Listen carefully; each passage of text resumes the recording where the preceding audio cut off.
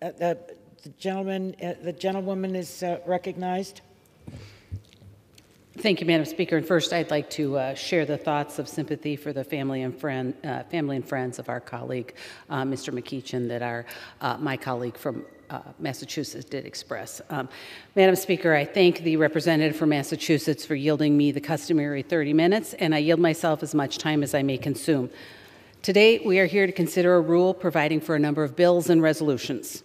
H.R. 3372, the One-Stop Shop Community Reentry Program, will improve public safety and help individuals reentering society from after incarceration by reauthorizing two types of grants, one for nonprofits to create community reentry centers, and one for states, tribes, and local governments to operate reentry assistance hotlines. Republicans are committed to improving public safety and cutting down on repeat offenses by providing pathways for successful transitions from incarceration back to the community is crucial to that. Need-based programs like these provide valuable tools for these individuals that in turn benefit the broader community. At a time when industries across the board are facing labor shortages, I appreciate the effort by my colleagues to move this legislation forward to improving incarcerated individuals' transitions to society. H.R. 6878, the Pregnant Women in Custody Act, requires the Director of Bureau of Prisons to provide appropriate services, education, and programs to incarcerated pregnant women. While thoughtful Republican amendments were rejected in Judiciary Committee, this is a bill that will protect the lives of mothers and their unborn babies. H.R. 8876, the Jackie Walorski Maternal and Child Home Visiting Reauthorization Act, honors the late Congresswoman and my mentor by reintroducing her bill to reauthorize the maternal, infant, and early childhood home visiting programs and increase its federal investment over the years. I am honored to co-sponsor this bill, which will increase the annual funding level and provide increased investment in home visiting in every state and territory. Funding for this bill is fully offset and tied to proven results, sending real help to the neediest communities. Overall, I am pleased to see that these bills have gone through the appropriate processes, and this body will consider truly bipartisan legislation, an unfortunate rarity in this Congress. We are also here to discuss H.J. Res. 100, which would prevent a rail strike that would cripple our already burdened supply chain in the middle of the holiday season. Our economy can't handle that kind of hit, and we are running out of time for the parties to come to an agreement on their own. The fact is, the Biden administration overpromised and underdelivered, and now Congress again needs to step in to fix the mess.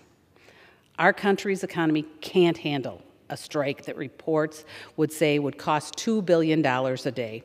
A rail strike would mean halting transportation of raw materials, food, and beverages, and not to mention passengers trying to visit their families. It would mean farmers in my district and across the country would be cut off from fertilizer for their crops from global markets. The resolution under this rule would codify the President's Emergency Board recommendations, a deeply unfortunate but necessary action Congress must take to avoid an economic disaster.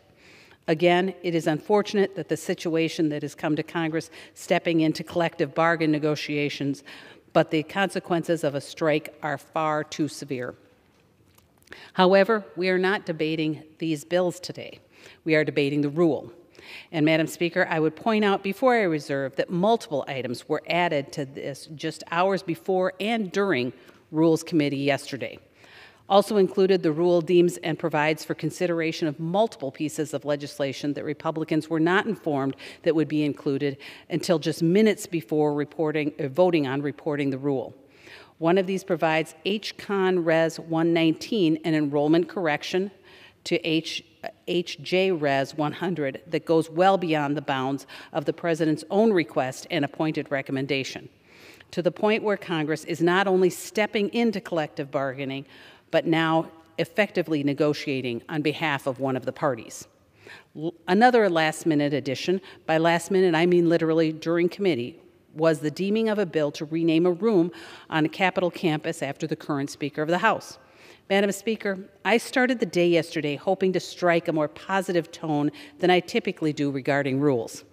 But unfortunately, this rule has morphed into a Christmas tree of the ugliest kind, adding all kinds of limbs and ornaments with virtually zero notice or agreement from our side of the aisle.